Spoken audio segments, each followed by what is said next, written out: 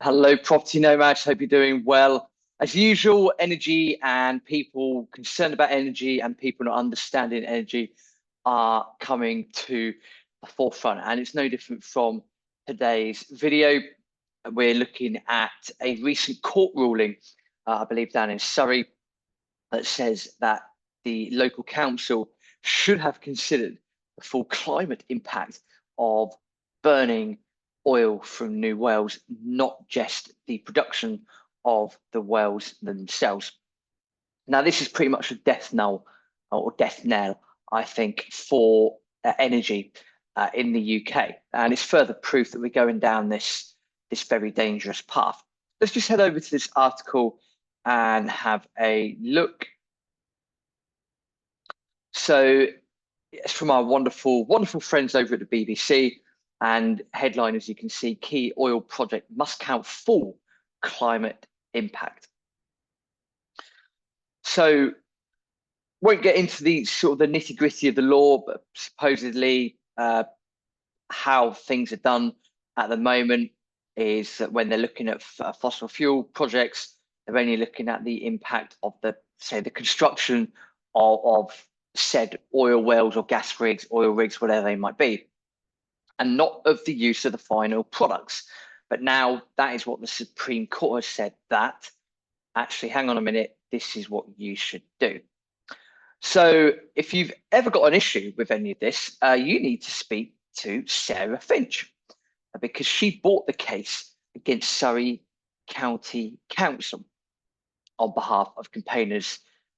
And yeah, I'm not going to go down the eco warrior route. You can probably tell that it's quite agitating, and I'm quite agitated by this, purely because what this means, and it's the World Action Group, sorry, by Ms. Finch, what this means strategically is that by restricting oil and gas projects in the UK, it is going to increase your prices, because in a time where demand's not going anywhere anytime soon, in a time where there's a lot of geopolitical macroeconomic risk in terms of battles and warfare, which, you know, if we'd have said that 35, 40 years ago, probably would have been laughed at. But here in 2024, there is a possibility that that's going to happen. So you have to protect yourself. Energy is the economy. You need energy security. You need energy independence. Now, I'm not saying that wind and solar are terrible and they don't exist, and that they shouldn't have a place at the UK energy table. They should. They are part of the solution. Absolutely. They are not the solution, but they are certainly part of the solution, and I can accept that. So this is what concerns me with eco warriors, eco zealots, and people like Miss Finch and people like the World Action Group, is that what will happen from here, if it's even more difficult to get oil and gas projects up off the ground, what that means, therefore, is it's unlikely to happen. If it's unlikely to happen, but the demand for oil and gas doesn't decrease, chances are it's going to increase anyway, and we have no projects, or we have to import that from different countries, etc. Congratulations, the cost of your oil and gas has just increased.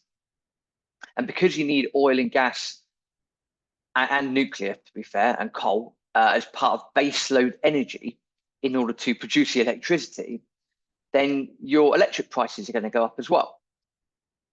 So I guess people are able to campaign for whatever they want. Yes, true. But I'll say the same point I've said many a time on many a video here on Property Nomads YouTube channel.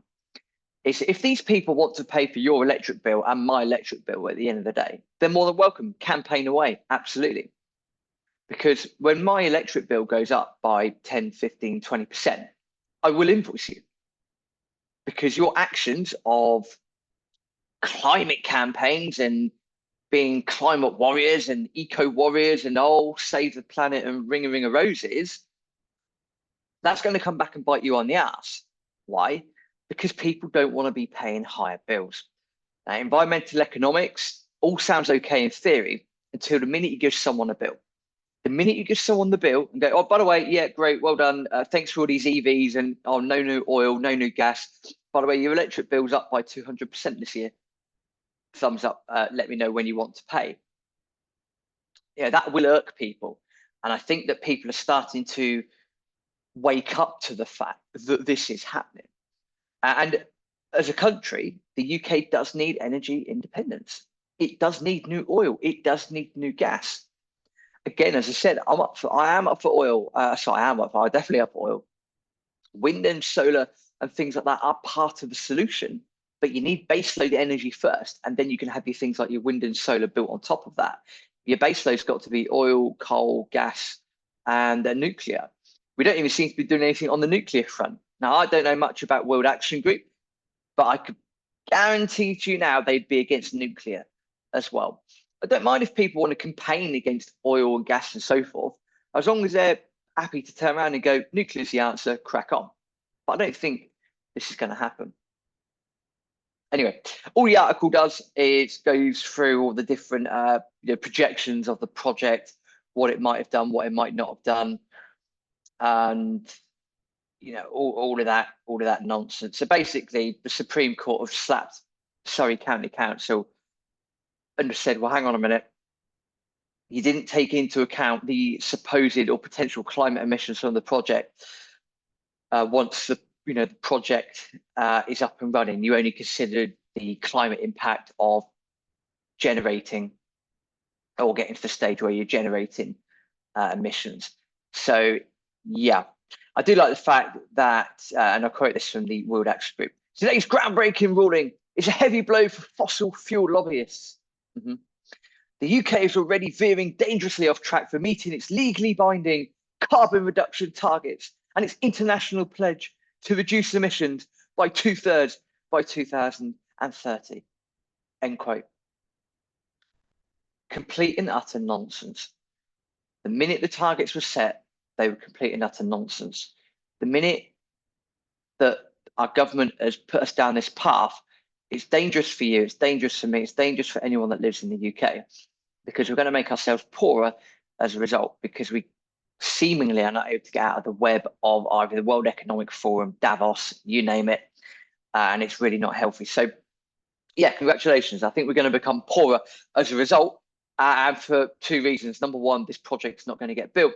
Number two, you wait till you see your gas and electric bills come through in the next few years, because the UK does need to be energy independent, and we're hitting all the wrong chords at the moment. And that's really, really not good. It might seem like a small win for now for them, for the little-minded people, but moving forwards, it's a big loss to the country from a bigger point of view. Small favor to ask, please do subscribe to the channel.